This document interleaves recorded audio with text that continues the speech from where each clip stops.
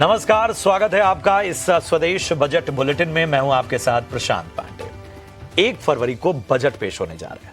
Budget से पहले जानते हैं कि पिछले साल से लेकर अब तक, यानी पिछले बजट से लेकर अब तक बाजार का रिटर्न कैसा रहा, किस सेक्टर का प्रदर्शन सबसे बेहतरीन रहा, साथ ही सोने चांदी की चाल कैसी रही।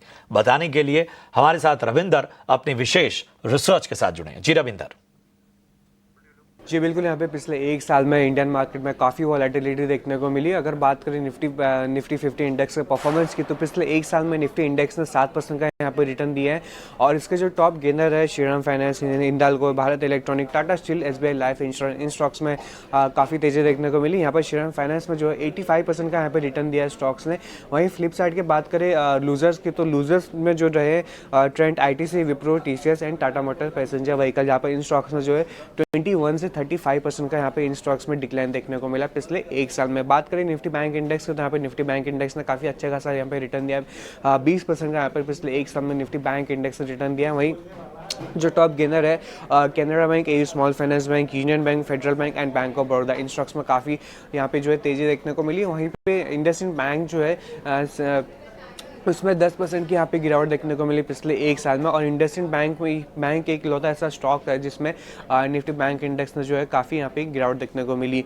स्मॉल कैप इंडेक्स ने पिछले 1 साल में अदर ब्रॉडर इंडेक्सेस और निफ्टी बेंचमार्क जो इंडेक्स है उसको अंडर परफॉर्म किया है 1% की गिरावट के साथ। और इसके जो टॉप गेनर है हिंदुस्तान कॉपर, यहाँ पे हिंदुस्तान कॉपर में जो है 125% की यहाँ पे जो है रिटर्न देखने को मिली। यहाँ पर कॉपर में तेज़ी के चलते इस स्टॉक्स में काफ़ी यहाँ पे तेज़ी देखने को मिली। वहीं लूजर साइड में जो है तेजस नेटवर्क, ओला इलेक्ट्रिक रहेंगे, जहाँ पर तेजस नेटवर्क में जो है 66% के यहाँ पे डिक्लाइन देखने को मिला है।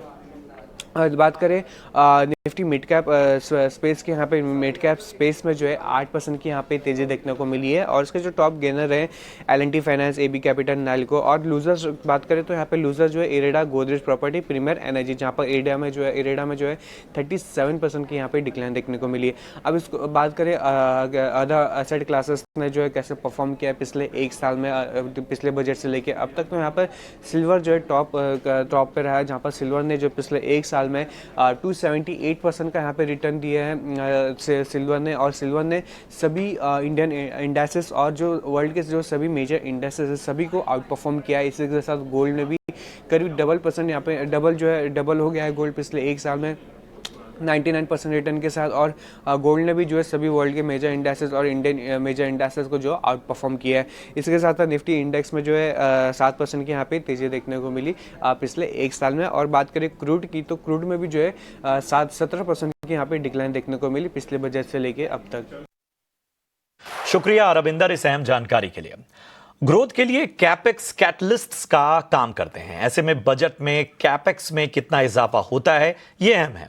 साथ ही वित्तीय घाटे और विनिवेश को लेकर क्या नए लक्ष्य तय हो सकते हैं, बता रही हैं हमारी सहयोगी आशीषा।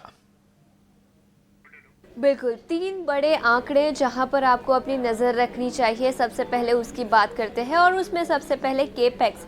याद रखें, पिछले कुछ सालों से गवर्नमेंट का फोकस कैपिटल एक्सपेंडिचर पर रहा है और इस साल भी कैपिटल एक्सपेंडिचर में बढ़ा ग्रोथ एक्सपेक्टेड है। सबसे पहले हिस्टोरिक ट्रेंड की बात कर लेते हैं। FY22 में कैपेक्स 5.9 लाख करोड़ के आसपास था, जो बढ़कर 11 लाख करोड़ के पार पहुंच गया FY25 में। FY26 में 11.2 लाख करोड़ के आसपास था और अब वित्त वर्ष 2027 के लिए करीब 10 से 15% का कैपेक्स ग्रोथ स्ट्रीट अनुमान लगा रहा है। तो करीब 12.3 से 12.9 लाख करोड़ के आसपास कैपेक्स इस तिमाही में भी नज़र आ सकता है। तो हाँ, काफ़ी बड़े एक्सपेक्टेशंस है। कैपिटल एक्सपेंडिचर में 10 से 15% का ग्रोथ दिखेगा। FY27 में यही उम्मीद लगाई जा रही है। FY26 में first half of the year में ऑलरेडी 58% टारगेट अचीव हो चुका है और स्ट्रीट का यही मानना है कि second half of the year में भी अच्छा खासा ग्रोथ दिखेगा। लेकिन FY27 के लिए 10 से 15% का कैपेक्स ग्रोथ नज़र आ सकता है।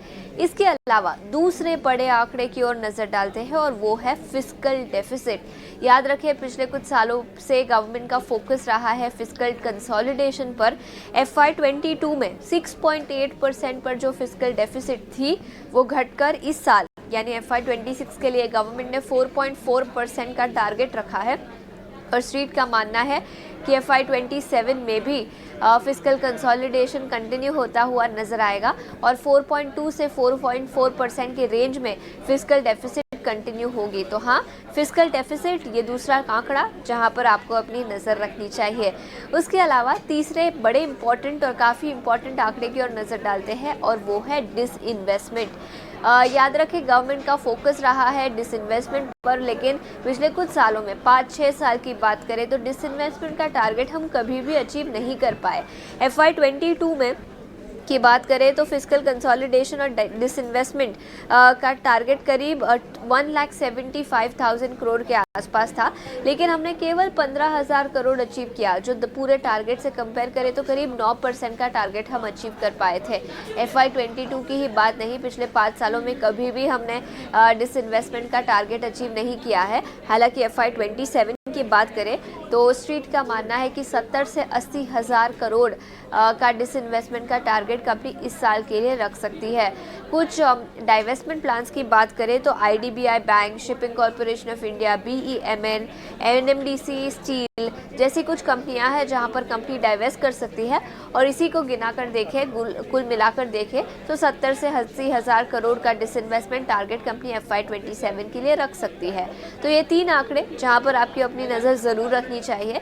एक है कैपिटल एक्सपेंडिचर जिसमें ग्रोथ एक्सपेक्टेड है, फिस्कल डेफिसिट जो 4.2 से 4.4% के बीच में आ सकती है, और दूसरा है डिसइन्वेस्टमेंट जो 70 से 80 हज़ार करोड़ के आसपास आता हुआ नजर आ सकता है। शुक्रिया करेंगे इस अहम जानकारी के लिए आपका। बढ़ते हैं आगे। इस बार बजट में क्या ऑटो सेक्टर की रफ्तार बढ़ेगी? इंडस्ट्री की वित्त मंत्री निर्मला सीतारमण से क्या मांगे हैं? ये सब जानकारी दे रही हैं मेरी सहयोगी सृष्टि शर्मा। जी सृष्टि, बताएं ऑटो सेक्टर की क्या डिमांड है? तो देखिए, ऑटो सेक्टर के लिए उम्मीदें तो ज़रूर हैं, बट डायरेक्ट बेनिफिट्स आएंगे ऐसी उम्मीद कम लगाकर चल रहे हैं, क्योंकि जो पिछले GST रेट कट अनाउंसमेंट्स हुए थे उसमें सबसे ज़्यादा जो फ़ायदा मिला था वो ऑटो इंडस्ट्री को ही मिला था, और पिछले साल जो पूरे इनकम टैक्स रेट चेंजेस हुए थे उससे भी कंजम्पशन में बढ़त, और एक तौर से ऑटो सेक्टर जो कि पूरी GDP में लगभग 7% तक कंट्रीब्यूट करता है, उसको सबसे ज़्यादा फ़ायदा होने की बात हो रही थी, और हमने देखा भी है किस तरीके से प्रदर्शन रहा है। तो बजट में यहाँ पर डायरेक्ट बेनिफिट ऑटो सेक्टर को होगा ऐसी उम्मीदें कम है, पर जी हाँ, इनडायरेक्ट बेनिफिट जो है वो ज़रूर आ सकता है, क्योंकि अगर किसानों के लिए कोई बड़ी स्कीम्स ऐलान होती हैं तो वहाँ पर रूरल ग्रोथ जो है बढ़ती हुई नज़र आएगी, और उससे कहीं ना कहीं ऑटो सेक्टर से अच्छी उम्मीदें बढ़ जाती हैं। साथ ही अर्बन के लिए भी किस तरीके के अनाउंसमेंट्स आते हैं जिससे ज़्यादा पैसा लोगों के हाथ में बचे और वो इस कंजम्पशन में पार्टिसिपेट कर पाए, उससे एक ऑटो सेक्टर को इनडायरेक्ट बेनिफिट ज़रूर होगा। अब डायरेक्ट उम्मीदों की बात कर ले तो वहाँ पर EV से रिलेटेड कुछ स्कीम्स आ सकती हैं, ऐसा जो है ज़रूर हमें समझ आ रहा है, क्योंकि सरकार का फोकस लगातार EVs पर है। अब जो है बस और कमर्शियल व्हीकल सेगमेंट में भी जो है PM E-ड्राइव योजना आ चुकी है, और आगे चल के इसको थोड़ा सा और बेहतर बनाया जाए, कैसे और प्लेयर्स को जो है कहीं ना कहीं एनकरेज किया जाए, इस पर सरकार का फोकस ज़रूर रह सकता है। लोकलाइजेशन कैसे इम्प्रूव हो, और PLI से रिलेटेड कुछ अनाउंसमेंट्स ज़रूर उम्मीद कर रहे हैं, और ये जी हाँ ऑटो सेक्टर के लिए पॉजिटिव हो सकता है। शुक्रिया करेंगे सृष्टि आपका इस अहम जानकारी के लिए। डिफेंस सेक्टर को बजट से क्या उम्मीदें, एनालिस्ट का क्या अनुमान है, साथ ही किन बातों पर सरकार का फोकस ज्यादा हो सकता है, पूरी डिटेल दे रही हैं आशीषा। पिछले कुछ सालों से गवर्नमेंट का फोकस डिफेंस पर रहा है, डिफेंस कैपेक्स बढ़ता हुआ नजर आया, और स्ट्रीट की माने तो इस साल भी गवर्नमेंट का फोकस डिफेंस कैपिटल एक्सपेंडिचर पर रहेगा। सबसे पहले विश लिस्ट की बात कर लेते हैं तो डिफेंस इंडस्ट्री का मानना है कि defence capex outlay double digit में ग्रोथ होता हुआ नजर आ सकता है। ये इंडस्ट्री की विश लिस्ट है। नए रिफॉर्म्स पर फोकस रहेगा, फास्टर एग्जीक्यूशन पर फोकस रहेगा, और कई सारे डिफेंस प्रोजेक्ट्स हैं जो एग्जीक्यूट होते हुए नजर आ सकते हैं FY27 में। हिस्टोरिक डिफेंस एलोकेशन की बात करें तो FY22 में करीब 4.8 लाख करोड़ का डिफेंस एलोकेशन था। FY25 में वो बढ़कर 6 लाख करोड़ के पार पहुंचता हुआ नजर आया। तो डिफेंस कैपेक्स पर गवर्नमेंट का फोकस पिछले कुछ सालों से रहा है। इसके अलावा डिफेंस ब्रेकअप की बात करें तो करीब 26% डिफेंस का एलोकेशन डिफेंस सर्विसेज पर जाता है, 50% आर्म्ड फोर्सेस पर और 24% डिफेंस प्लेटफॉर्म्स पर। गवर्नमेंट का फोकस मॉडर्नाइजेशन पर हो सकता है, इंडिजिनाइजेशन पर हो सकता है और डिफेंस एक्सपोर्ट्स। याद रखें, गवर्नमेंट ने पिछले कुछ सालों में डिफेंस एक्सपोर्ट को बूस्ट करने के लिए कई सारे मेजर्स लिए हैं और सीट का मानना है तो गवर्नमेंट इस साल भी डिफेंस एक्सपोर्ट्स को प्रमोट करने के लिए कई सारे और स्टेप्स यूनियन बजट 2026 में ले सकती है। एनालिस्ट की कई सारी रिपोर्ट्स आई है। नुवामा का मानना है कि डिफेंस कैपेक्स इस साल 8% तक सालाना आधार पर बढ़ता हुआ नजर आ सकता है। एलोकेशन रिसर्च एंड डेवलपमेंट पर होगा, एंटी ड्रोन सिस्टम्स पर होगा, एयरफोर्स और नेवी पर भी गवर्नमेंट फोकस करेगी। तो इम्पॉर्टेंट फिगर ये है कि 8% का ग्रोथ इस साल भी डिफेंस कैपिटल एक्सपेंडिचर में नजर आ सकता है। तो डिफेंस ये एक सेक्टर, इस पर अपनी नजर जरूर रखें। शुक्रिया आशीषा। बढ़ते हैं आगे। इस बार बजट में रेलवे की रफ्तार बढ़ेगी, रेलवे को कितना बजट मिलेगा, मार्केट में रेलवे बजट को लेकर क्या उम्मीदें हैं, ब्रोकिंग हाउस क्या कह रहे हैं, ये सब जानकारी दे रही हैं सृष्टि शर्मा।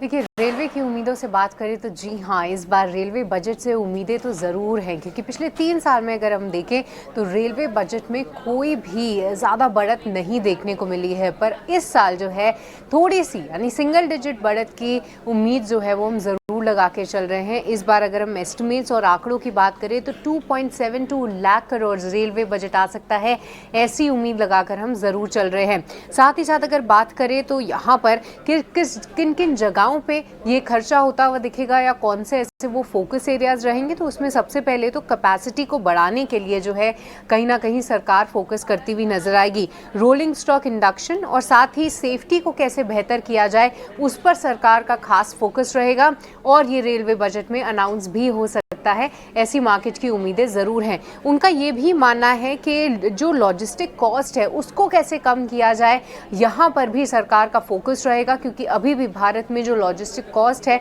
खासतौर से रेलवे की कॉस्ट की अगर हम बात करें तो वो ग्लोबल पेयर्स से अभी भी कई ज़्यादा है।